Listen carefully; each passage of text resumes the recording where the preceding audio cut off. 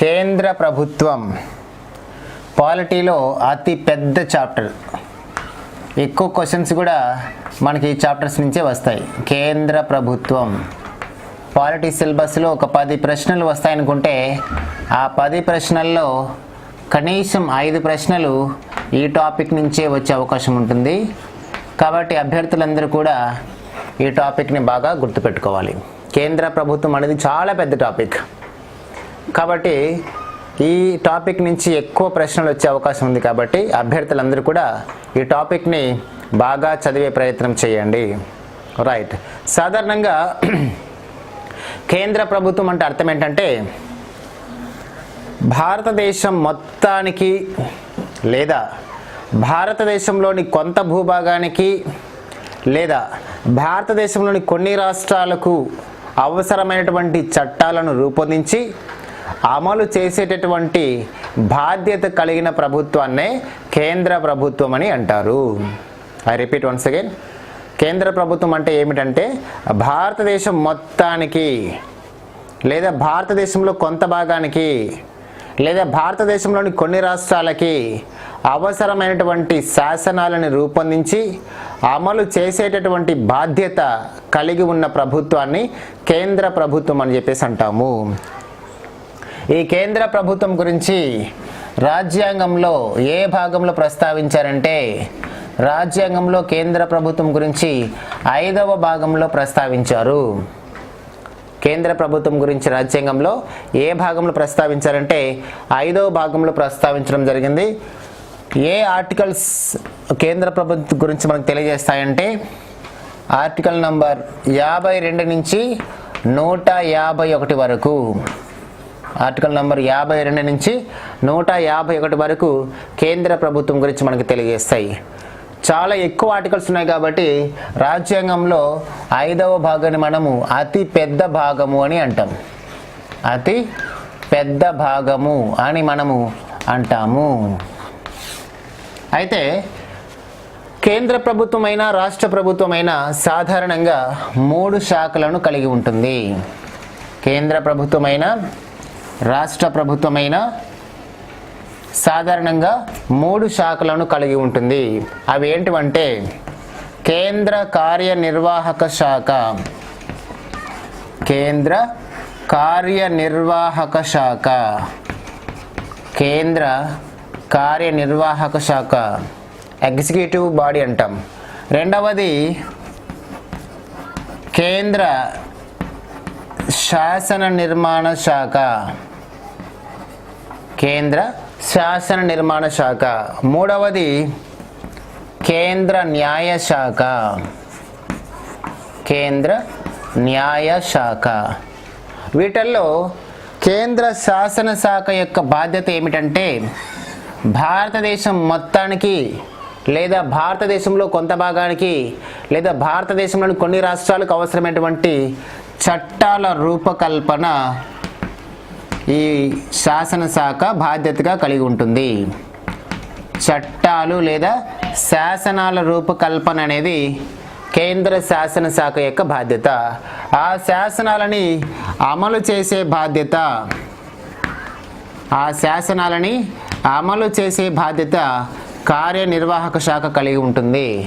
అయితే ఈ శాసనాలను రూపొందించడంలో శాసనశాఖ కానీ ఆ శాసనాలని అమలు చేసేటప్పుడు కార్యనిర్వాహక శాఖ కానీ వాటి పరిధులను దాటి ప్రవర్తిస్తే రాజ్యాంగాన్ని అధిగమించి ప్రవర్తించేలా ఉంటే అప్పుడు వాటి యొక్క రాజ్యాంగ భద్రతను ప్రశ్నించేది, ఆ శాసనాల యొక్క రాజ్యాంగ భద్రతను ప్రశ్నించేది ఎవరంటే న్యాయశాఖ అని చెప్పేసి మనం చెప్తాము. కాబట్టి భారతదేశంలో కేంద్ర న్యాయశాఖ సపరేట్గా ఉంటుంది, స్వయం ప్రతిపత్తి కలిగి ఉంటుంది. ఆదేశిక సూత్రాలలో ఆర్టికల్ నెంబర్ 50 ప్రకారం కార్యనిర్వాహక శాఖ నుంచి శాసన శాఖను వేరు చేయడం జరిగింది. కాబట్టి అది సపరేట్గా స్వయం ప్రతిపత్తితో అది స్వతంత్రంగా వ్యవహరిస్తూ ఉంటుంది.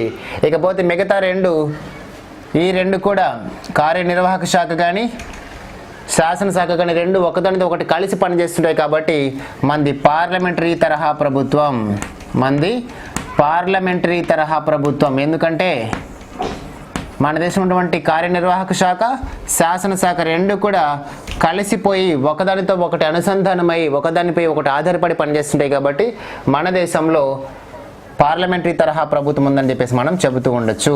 అయితే ఈ నేపథ్యంలో రాజ్యాంగంలోని ఆర్టికల్ నెంబర్ 52 నుంచి 151 వరకు ఉన్నటువంటి ఆర్టికల్స్ 5వ భాగం కేంద్ర ప్రభుత్వం గురించి మనకు చెప్తాయి. ఈ నేపథ్యంలో మనకున్నటువంటి మూడు శాఖలు ఏవైతే ఉన్నాయో వాటి గురించి మనం తెలుసుకునే ప్రయత్నం చేద్దాం.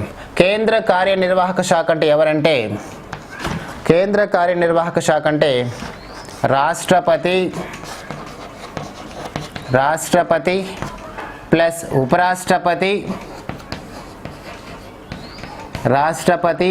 ఉపరాష్ట్రపతి, ప్రధానమంత్రి ప్లస్ తన యొక్క మంత్రిమండలి,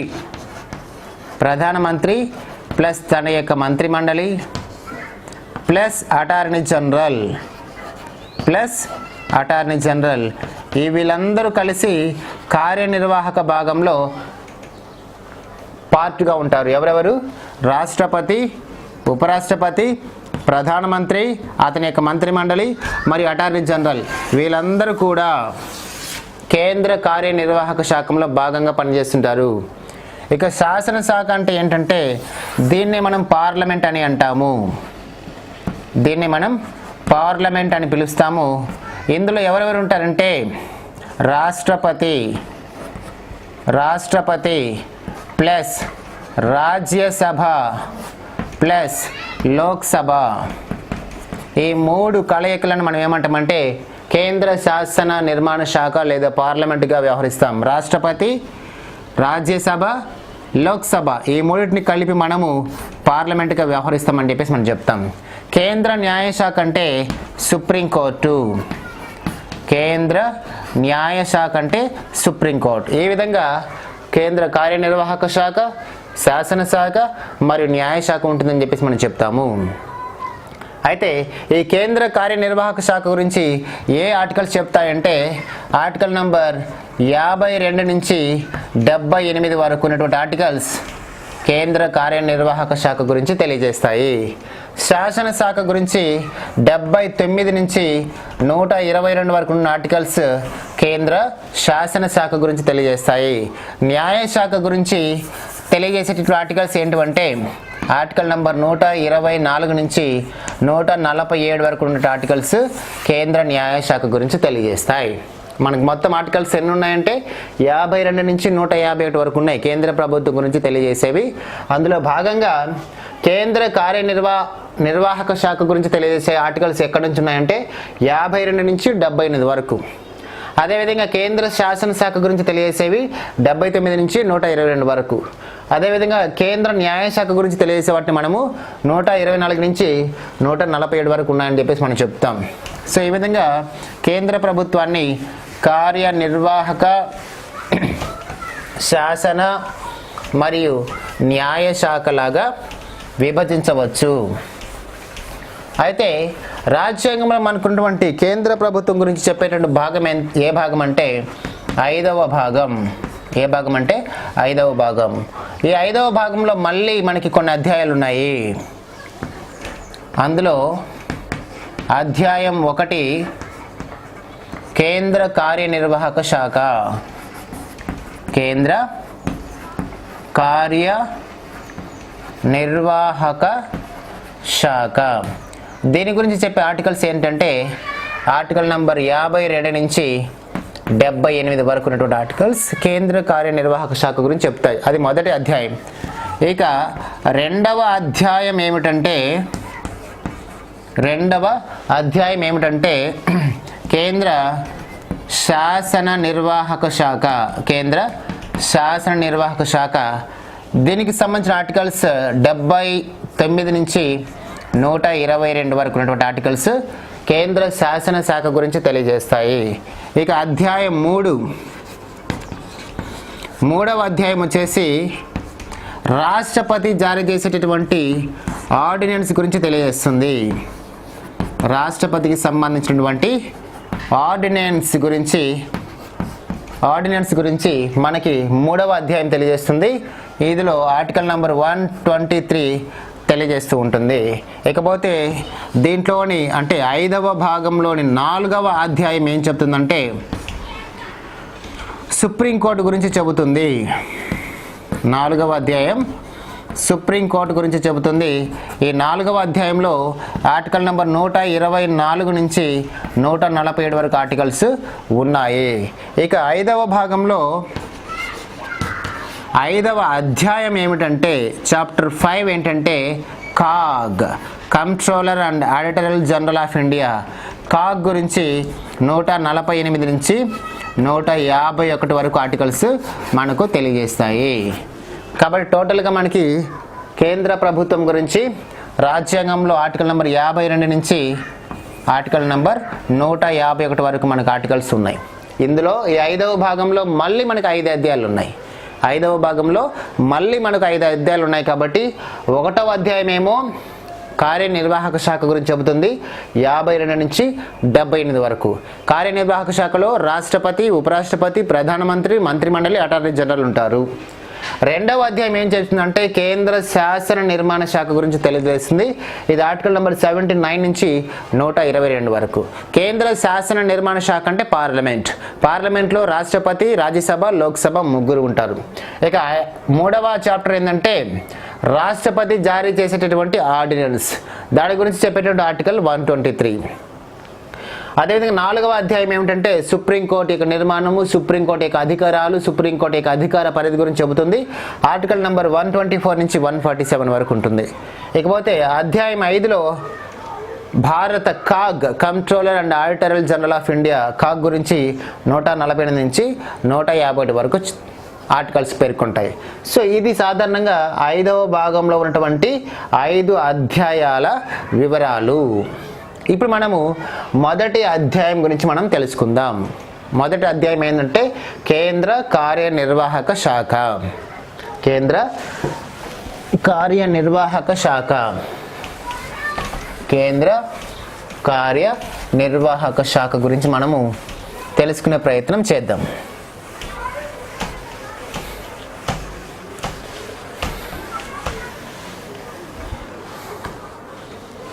కేంద్ర కార్య నిర్వహణ శాఖ, కేంద్ర కార్యనిర్వాహక శాఖ. దీనికి సంబంధించి మనకి ఆర్టికల్ నంబర్ 52 నుంచి 78 వరకు ఆర్టికల్స్ దీని గురించి తెలియజేస్తాయి.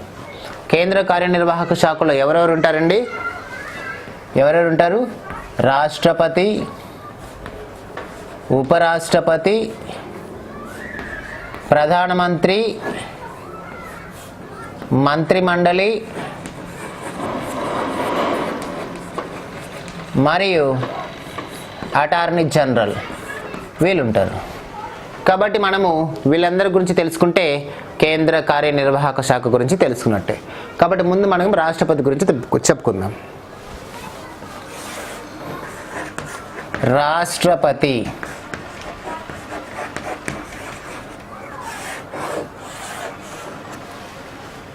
రైట్. రాష్ట్రపతి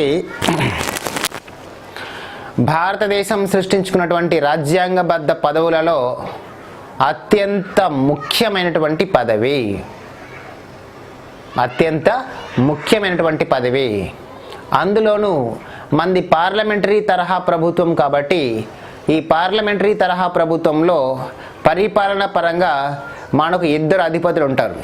ఒకరు నామమాత్రపు కార్యనిర్వహణ అధికారి, 2 వాస్తవ కార్యనిర్వహణ అధికారి. మన దేశంలో నామమాత్రపు కార్యనిర్వహణ అధికారిగా రాష్ట్రపతి వ్యవహరిస్తారు. వాస్తవ కార్యనిర్వహణ అధికారిగా ప్రధానమంత్రి వ్యవహరిస్తారు. కాబట్టి మన పార్లమెంటరీ తరహా ప్రభుత్వం కాబట్టి అందులో అత్యంత కీలకమైనటువంటి వ్యక్తి ఎవరంటే రాష్ట్రపతి. రాష్ట్రపతిని మనం సాధారణంగా ఏ పేర్లతో పిలుస్తామంటే అతని యొక్క ప్రత్యేకతల దృష్ట్యా అతను మనం ఎలా పిలుస్తామంటే రాష్ట్రపతిని భారతదేశానికి ప్రథమ పౌరుడు, భారతదేశానికి ప్రథమ పౌరుడు, భారతదేశానికి ప్రథమ పౌరుడు. భారతదేశానికి రాజ్యాంగాధినేత. భారతదేశానికి రాజ్యాంగాధినేత. భారతదేశానికి దేశాధినేత. భారతదేశానికి సర్వ సైన్యాధ్యక్షుడు. సర్వ సైన్యాధ్యక్షుడు లేదా త్రివిధ దళాధిపతి. త్రివిధ దళాధిపతి. Chief in commander of army అంటాం. సర్వ సైన్యాధ్యక్షుడు లేదా సర్వోన్నత అధికారి. సర్వోన్నత అధికారి. అదేవిధంగా నామమాత్రపు కార్యనిర్వహణాధికారి. ఇలా మనం ఏ పేర్లతో పిలిచినా, ఏ విధంగా ఆయన ప్రస్తావించినా ఆయన పేరు రాష్ట్రపతి. నామమాత్రపు కార్యనిర్వహణ అధికారి. కార్యనిర్వహణ అధికారి. సో ఈ విధంగా రాష్ట్రపతి యొక్క ప్రాధాన్యత దృష్ట్యా, రాష్ట్రపతి యొక్క ప్రాముఖ్యత దృష్ట్యా మనం ఆయన్ని ఈ విధంగా వ్యవహరిస్తాం. భారతదేశంలో ఫస్ట్ సిటిజన్ ఎవరంటే రాష్ట్రపతి. భారతదేశానికి రాజ్యాంగ అధినేత ఎవరంటే రాష్ట్రపతి. భారతదేశానికి అధ్యక్షుడు ఎవరంటే రాష్ట్రపతి. దేశాధినేత అన్న దేశాధ్యక్షుడు అన్న రెండు ఒకటే. కాబట్టి భారతదేశానికి అధ్యక్షుడు ఎవరు లేదా అధినేత ఎవరు అంటే రాష్ట్రపతి. భారతదేశంలో సర్వ సైన్యాధ్యక్షుడు ఎవరంటే రాష్ట్రపతి. ఆయనని మనము త్రివిధ దళాధిపతి అంటాం. Chief in commander of army, air force and navy అంటాం. భారతదేశంలో సర్వోన్నత కార్యనిర్వహణ అధికారి ఎవరంటే రాష్ట్రపతి.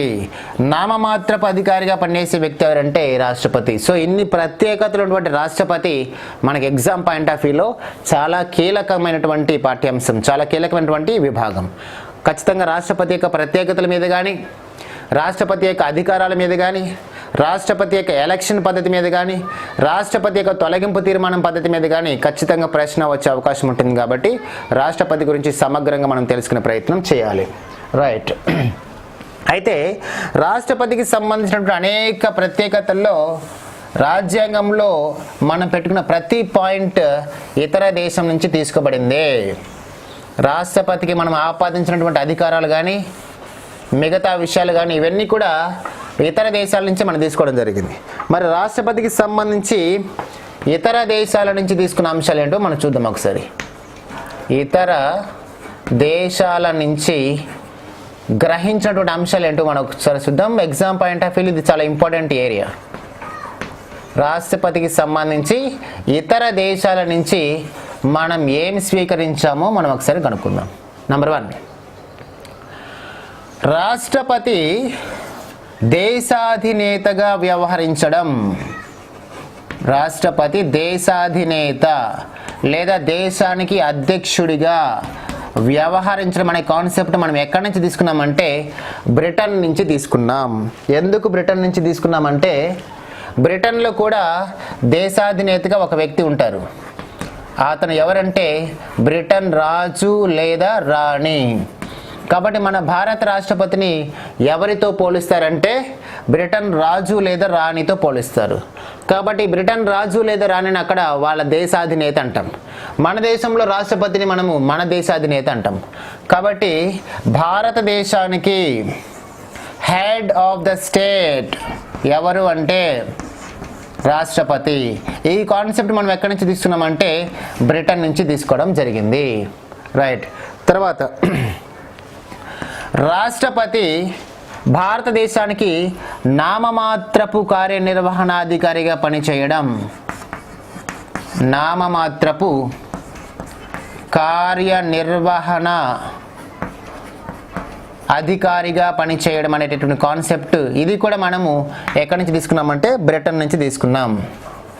అక్కడ బ్రిటన్లో కూడా బ్రిటన్ రాజు లేదా రాణి నామమాత్రంగా ఉంటారు, కానీ వాస్తవంగా అధికారాలను చెలాయించేది మాత్రం బ్రిటన్ ప్రధాని మరియు బ్రిటన్ పార్లమెంట్. మన దేశంలో కూడా భారత రాష్ట్రపతి నామమాత్రంగా ఉంటారు, కానీ అధికారాలు మాత్రం బ్రిటన్ మన భారత ప్రధానమంత్రి మరియు పార్లమెంటు కలిగి ఉంటారు. కాబట్టి భారతదేశంలో నామమాత్రపు కార్యనిర్వహణ అధికారిగా రాష్ట్రపతి పనిచేస్తారనే కాన్సెప్ట్ మనము బ్రిటన్ నుంచి తీసుకోవడం జరిగింది. అయితే రాష్ట్రపతి పేరు మీదుగా పరిపాలన సాగడం, ఈ కాన్సెప్ట్ రాష్ట్రపతి పేరు మీదుగా దేశ పాలన సాగడం అనేటటువంటి కాన్సెప్ట్ మనం ఎక్కడి నుంచి తీసుకున్నామంటే ఇది అమెరికా నుంచి మనం తీసుకోవడం జరిగింది. అమెరికా నుంచి మనము తీసుకోవడం జరిగింది. ఇక రాష్ట్రపతి ఎన్నిక పద్ధతి, రాష్ట్రపతి యొక్క ఎన్నిక పద్ధతి మనం ఎక్కడి నుంచి తీసుకున్నామంటే ఐర్లాండ్ నుంచి తీసుకోవడం జరిగింది. రాష్ట్రపతి యొక్క ఎన్నిక పద్ధతిని మనము ఐర్లాండ్ నుంచి మనం తీసుకోవడం జరిగింది. అదేవిధంగా రాష్ట్రపతి రాజ్యసభకు 12 మంది విశిష్ట వ్యక్తులను నామినేట్ చేయడం అనేటటువంటి సంప్రదాయం. రాజ్యసభకు 12 మంది విశిష్ట వ్యక్తులను రాష్ట్రపతి నామినేట్ చేయడం అనే కాన్సెప్ట్ కూడా మనము ఐర్లాండ్ నుంచి మనం తీసుకోవడం జరిగింది. ఐర్లాండ్ నుంచి మనం తీసుకోవడం జరిగింది. అదేవిధంగా రాష్ట్రపతిని తొలగించేటటువంటి మహాభియోగ తీర్మానం ఏదైతే ఉందో, రాష్ట్రపతిని తొలగించేటటువంటి మహాభియోగ తీర్మానం ఏదైతే ఉందో దాన్ని మనము అమెరికా నుంచి తీసుకోవడం జరిగింది. అదేవిధంగా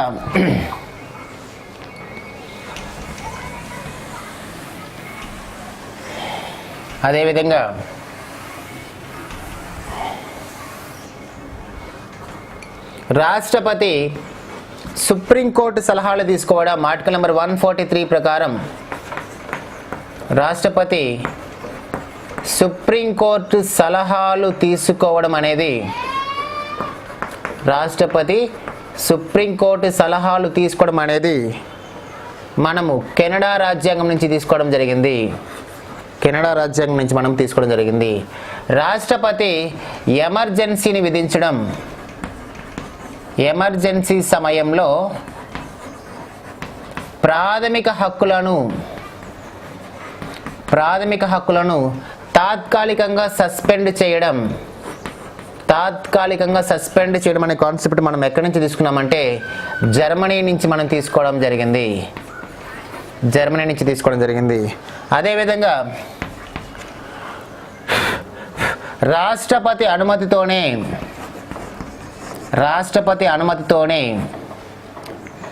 ద్రవ్య బిల్లులను లోక్సభలో ప్రవేశపెట్టడం అనే కాన్సెప్ట్ మనము 1935 భారత ప్రభుత్వ చట్టం నుంచి గ్రహించాం.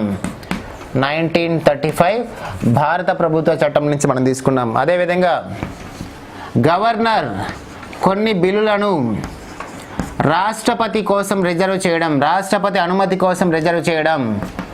గవర్నర్ కొన్ని బిల్లులను రాష్ట్రపతి అనుమతి కోసం రిజర్వ్ చేయడం అనేటటువంటి అంశం ఏదైతే ఉందో అది కూడా మనం 1935 భారత ప్రభుత్వ చట్టం నుంచి మనం తీసుకోవడం జరిగింది.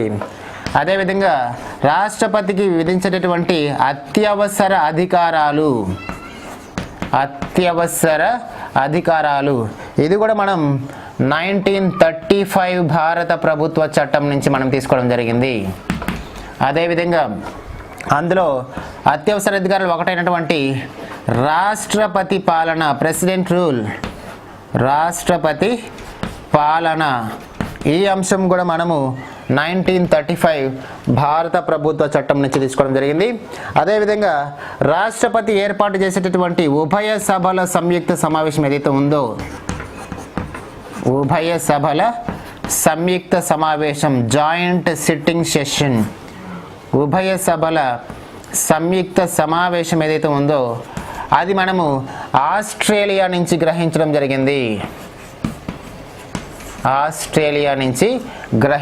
జరిగింది. సో ఈ విధంగా రాష్ట్రపతికి సంబంధించినటువంటి అనేక అధికారాలను మనము వివిధ రాజ్యాంగాల నుంచి మనం తీసుకోవడం జరిగింది. ఇవి చాలా ఇంపార్టెంట్ ఎగ్జామ్ పాయింట్ ఆఫ్ వ్యూలో, అందరూ మళ్ళీ ఒకసారి గుర్తుపెట్టుకోండి. భారత రాష్ట్రపతి దేశాధినేతగా వ్యవహరించడం అనేది బ్రిటన్ నుంచి తీసుకున్నాం. రాష్ట్రపతి నామమాత్రపు అధికారిగా వ్యవహరించడం అనేది బ్రిటన్ నుంచి తీసుకున్నాం.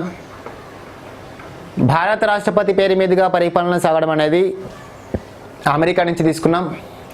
రాష్ట్రపతిని తొలగించేటటువంటి మహాభియోగ తీర్మానం కూడా మనం అమెరికా నుంచి తీసుకున్నాం.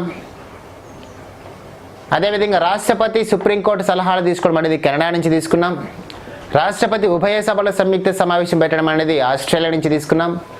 రాష్ట్రపతి ఎన్నిక పద్ధతి, రాష్ట్రపతి రాజ్యసభకు 12 మంది సభ్యులను నామినేట్ చేయడం, ఇది మనం ఐర్లాండ్ నుంచి తీసుకోవడం జరిగింది.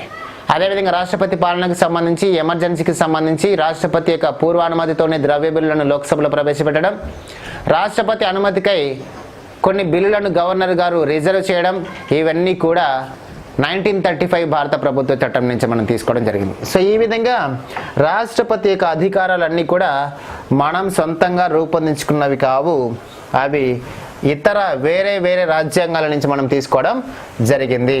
వీటిల్లో ప్రతి పాయింట్ ఎగ్జామ్ పాయింట్ ఆఫ్ వ్యూలో చాలా ఇంపార్టెంట్. మరి అటువంటి రాష్ట్రపతి భారతదేశానికి ప్రథమ పౌరుడిగా పిలువబడతాడు. మరి అలాంటి రాష్ట్రపతి గురించి రాజ్యాంగంలో ఎక్కడ ప్రస్తావించారు మనం చూద్దాం. ఆర్టికల్ నంబర్ 52 నుంచి 62 వరకు ఉన్నటువంటి ఆర్టికల్స్ రాష్ట్రపతి గురించి చెబుతాయి. 52 నుంచి 62 వరకు ఉన్నటువంటి ఆర్టికల్స్ రాష్ట్రపతి గురించి చెప్తాయి. అవి మనం ఒకసారి సీక్వెన్స్లో మనం ఒకసారి చూద్దాం. ఆర్టికల్ నంబర్ 52 ఏం చెప్తుందంటే,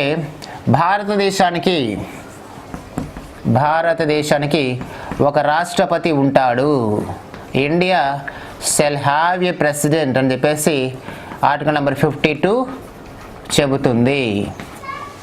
ఆర్టికల్ నెంబర్ 53 తర్వాత వివరంగా చెప్పుకుందాం, ముందు ఒకసారి లిస్ట్ రాద్దాం. 53 ఏం చెప్తుందంటే, రాష్ట్రపతి పేరు మీదుగానే పరిపాలన సాగుతుంది. రాష్ట్రపతి పేరు మీదుగా దేశం యొక్క మొత్తం పరిపాలన సాగుతుంది. ఈ కాన్సెప్ట్ మనం అమెరికా నుంచి తీసుకోవడం జరిగింది.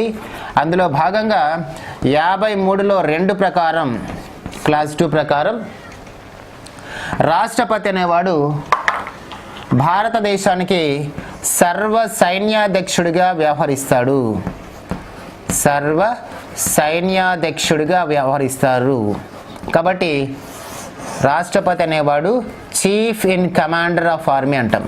చీఫ్ ఇన్ కమాండర్ ఆఫ్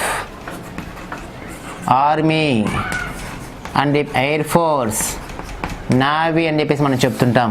ఈ హోదాలో రాష్ట్రపతి ఆర్మీ అధిపతిని నియమిస్తాడు, ఎయిర్ ఫోర్స్ అధిపతిని నియమిస్తాడు, నావీ అధిపతిని నియమిస్తాడు.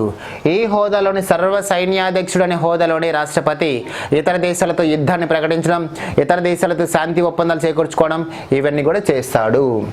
ఇక ఆర్టికల్ నంబర్ 54 రాష్ట్రపతి యొక్క ఎన్నిక. ఇది చాలా ఇంపార్టెంట్, ఒక పెద్ద టాపిక్ కూడా.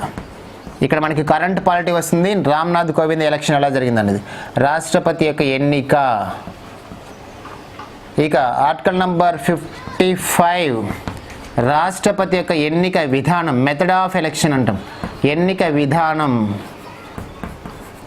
అదేవిధంగా ఆర్టికల్ నంబర్ 56 రాష్ట్రపతి ఎన్నికైన తర్వాత ఆయన యొక్క కాల పరిమితి, ఆయన యొక్క కాల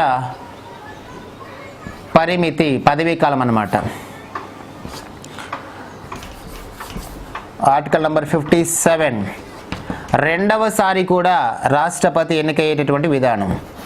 రెండవసారి రాష్ట్రపతి ఎన్నికవ్వడం, దాని గురించి చెబుతుంది. ఇక ఆర్టికల్ నంబర్ 58 రాష్ట్రపతిగా ఎన్నికవ్వాలంటే ఎలాంటి అర్హతలు ఉండాలి అనేది చెబుతుంటుంది. 58. అదేవిధంగా ఆర్టికల్ నంబర్ 59 రాష్ట్రపతి యొక్క జీతభత్యాల గురించి చెబుతుంది. అదేవిధంగా ఆర్టికల్ నంబర్ 60 రాష్ట్రపతి యొక్క ప్రమాణ స్వీకారం గురించి తెలియజేస్తుంది. రాష్ట్రపతి యొక్క ప్రమాణ స్వీకారం గురించి తెలియజేస్తుంది. ఆర్టికల్ నంబర్ 61 రాష్ట్రపతి యొక్క తొలగింపు తీర్మానం అంటే మహాభియోగ తీర్మానం గురించి తెలియజేస్తుంది. అండ్ ఆర్టికల్ నెంబర్ 62, రాష్ట్రపతి పదవీ కాలం ముగియక ముందే రాష్ట్రపతి ఎన్నిక జరపాలని చెప్పేటటువంటి ఆర్టికల్. రాష్ట్రపతి పదవీ కాలం పూర్తి కాకముందే ఎన్నికలను జరిపేటటువంటి పద్ధతి గురించి చెబుతూ ఉంటుందన్నమాట. ఇవి రాష్ట్రపతికి సంబంధించి